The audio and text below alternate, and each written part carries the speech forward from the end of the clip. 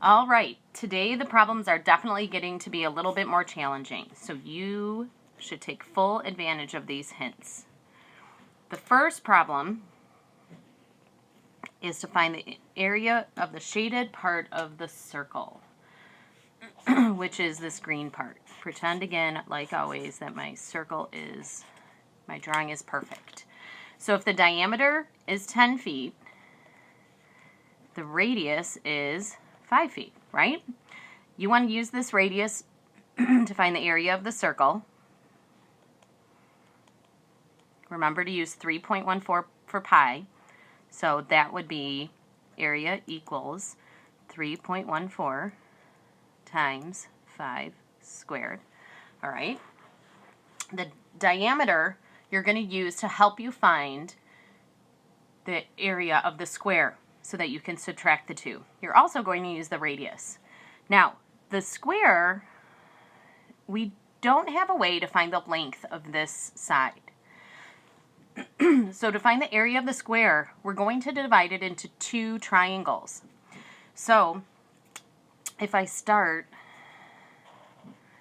by dividing it into this triangle, the base of my triangle is the diameter.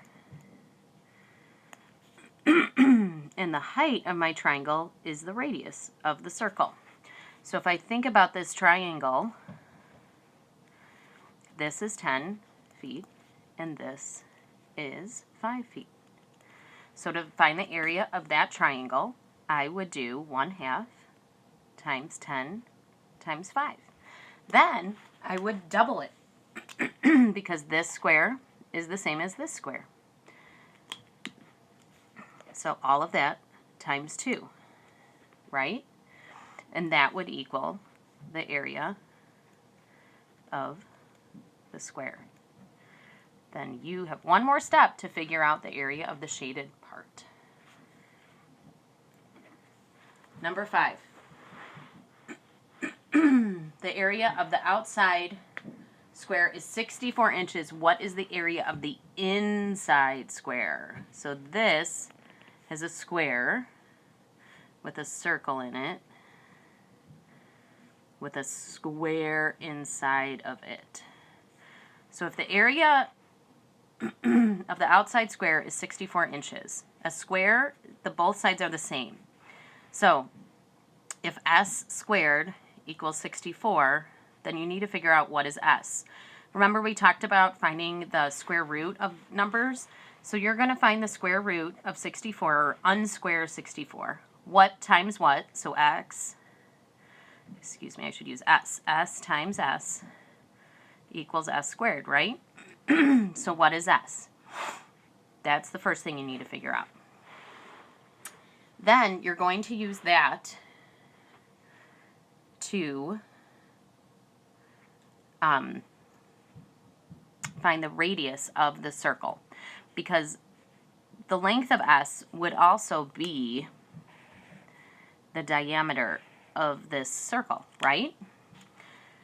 So if we find half of s from up here, that will equal the radius of the circle.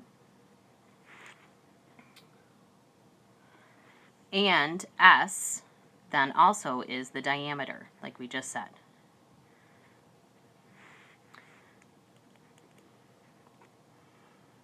Of the circle. And then you're going to apply the same idea after you find the radius and the diameter of the circle to find the area of the square, like we did above with number 4, by breaking it into the two triangles and then adding them together to find the area. The exact same concept as up here with this. You're going to apply to this square. All right. Number 6. Red blood cells are so small that 50,000 can fit into a circle with a 1/4 inch diameter. How many red blood cells would fit into a circle with a 1 inch diameter? So if we had a circle and the diameter was 1/4 inch, Then we have a larger circle, and now the diameter is 1 inch. So in 1/4 inch, 50,000 red blood cells fit. Now this really isn't, you know, that complicated. You're working with fractions, and you could change this fraction into a decimal if you would like. The first thing you need to figure out is if the diameter is 1/4 inch, what is the radius? What's half of a fourth? All right. So then you need to find the area of this circle.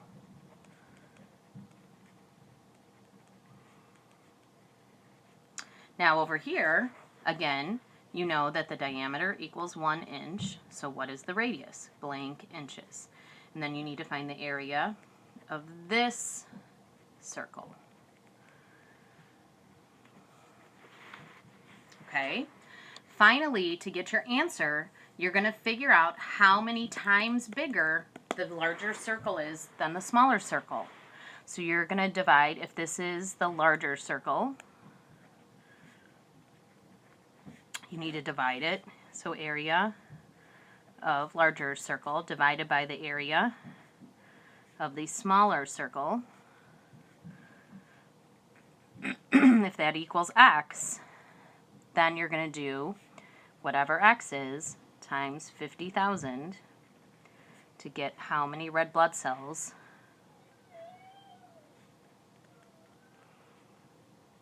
can fit into the larger circle. All right, do your best. I will be available for help if you need it. Have a good day.